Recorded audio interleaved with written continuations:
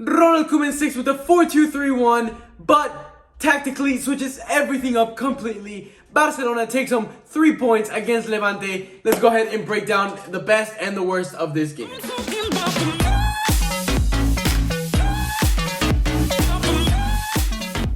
Hello guys, welcome back to El Merengue Culé. I hope you're having a fantastic day. And well, let's get started with this 1-0 victory over Levante. And let me tell you, it was an exciting game. Now, from the get-go, you see the formation, 4-2-3-1, in which Braithwaite actually was occupying the left wing position. Messi, mostly the attacking mid.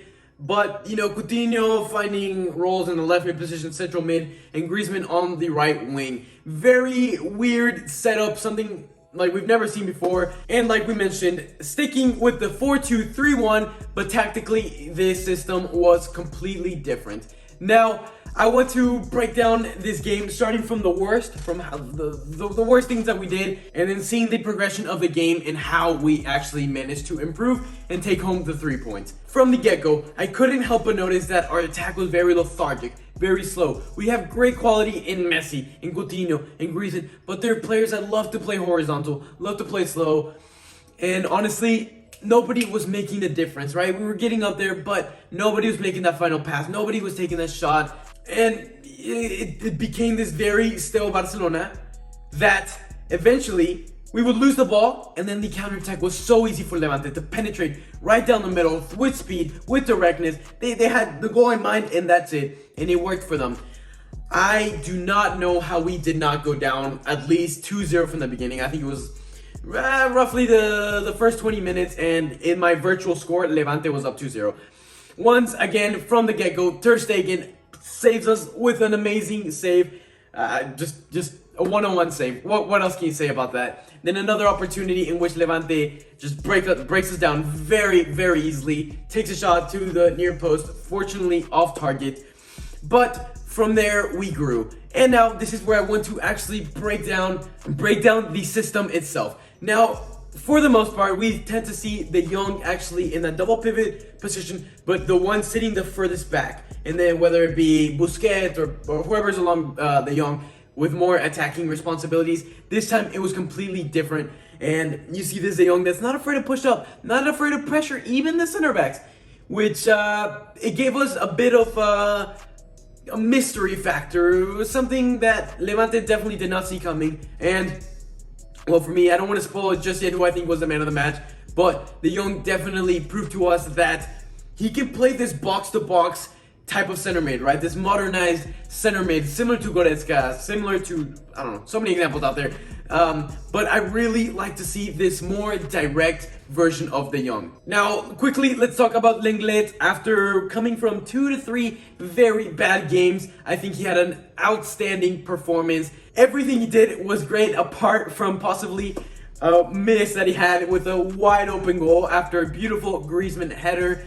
Apart from that, I would give Lenglet an 8.0 rating. It could have been much, much higher had he converted that chance. Now, we mentioned how De Jong was occupying a higher position, meaning that Busquets is naturally going to have to sit a little further back. And I think that is why we started so bad defensively. I think the team, Lenglet, Araujo, had to situate themselves, had to learn and adjust how this new system is potentially going to work for this game and potentially future games. And is why there was so much space and there was so much ease for Levante to just go ahead and penetrate. Now, another factor that it has to be a talking point. For me, despite Messi actually being the man to put us 1-0 in the scoreboard, for me, Messi was one of the worst players on the field. For me, what really hurts me or hurts the team as a whole is when he loses the ball and just watches it turn into a counterattack and does nothing about it, sits back, and just watches the play develop. We talked about it in the pregame, and it is hurting us drastically. It's a Messi that, yes, at the end he was pressuring. After we were 1-0 up, he was definitely trying to maintain that lead, which, I'll applaud. But for the majority of the game, he would lose the ball and just watch it happen. And it got to the point where I was like, you know what, I'm going to start taking a tally of how many times it happened. And I accumulated a total of 8 times that where he just loses the ball and watches the play progress without him. Now, it is important to note that I would say 4 of these 8, maybe 3 of these 8, I applaud him for trying to take on a player and losing the ball. So, right, not all of these 8s were completely negative. Some of them, yes, you have to try things. You're a forward. Try things. If you lose the ball, it happens. It's okay. But try to do a little bit something defensively. I don't know. Again, continuing with a bit of bashing on Messi. And guys, let me know in the comment section. What did you think of his game?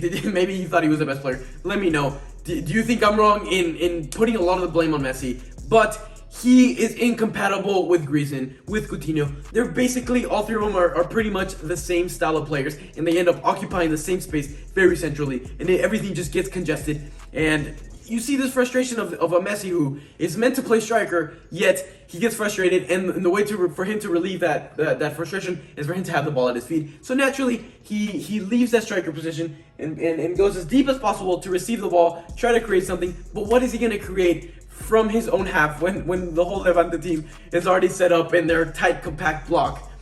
It's just it's not working. And honestly, again, guys, let me know what you think about this. Let me know if you think I'm an idiot. But for the best of Barca, not only for this season, but for the future to come, I think I wouldn't be opposed as to selling Messi in this January transfer window. He is hurting us as much as, yes, he still manages to be the one that puts us a 1-0 up on the scoreboard.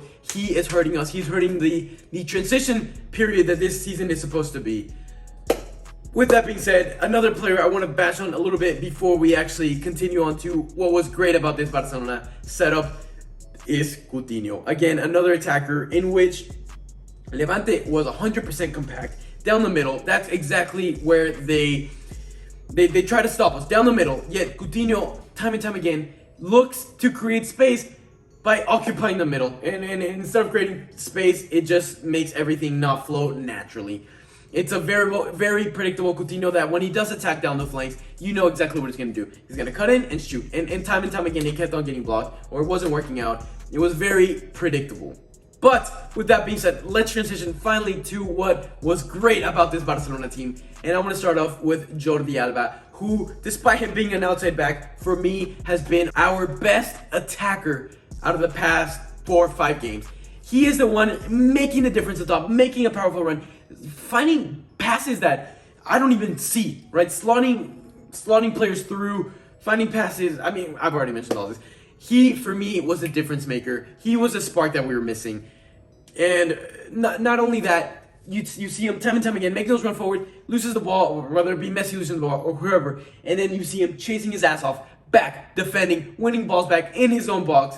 For me, along with De Jong, the best players on the field, at least for Barcelona. Aitor, on the other hand, the goalkeeper for Levante, insane. I don't know how many saves he got, but he definitely deserves an applaud. Continuing with the attack, I think Griezmann had a pretty good game, not in terms of being the decisive factor, but he was trying things out. He was creating space. Defensively, he was a monster, winning balls back, which we will get to in a little bit, which actually was the decisive factor to this game. But Trincao, surprisingly, impressed me a lot.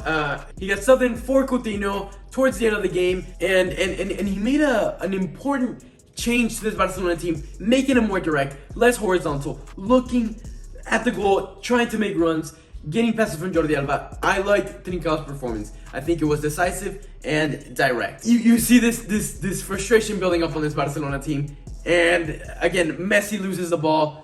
Griezmann being the one to win the ball back, transition it over quickly to De Jong, and De Jong slides a pass into Messi, and what a goal. He puts it into the right corner, and man, I have not celebrated a goal as hard as I celebrated that one. That was definitely something else, and a goal that I think not only for myself, but for the whole team, just a sense of relief, right? This dark cloud is just gone.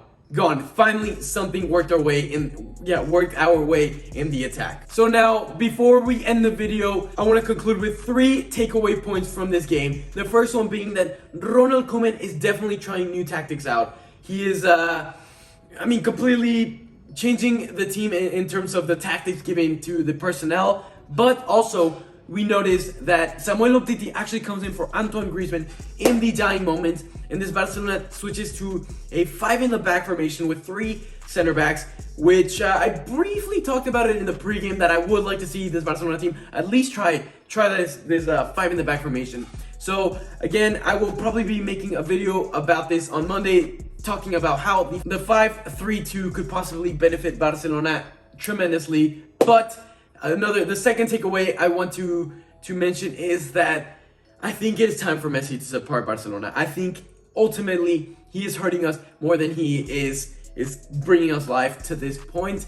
And finally, the last takeaway is De Jong. What a player he was for me. I'm gonna give him the man of the match. Again, debatable with Jordi Alba having an amazing game, but for me, he proved to me that he can be this modernized center mid. I had been off camera criticizing him a little bit, but to me, he proved me wrong. He proved me wrong this game, working his ass off, attacking, defending, creating passes, creating everything. Everything De Jong did for me was amazing this game. Guys, 3 points taken home. Great victory for Barcelona. With that being said, if you enjoyed the video, hit a like. Don't forget to hit that subscribe button and the notification bell on. And as always, guys, Visca Barça!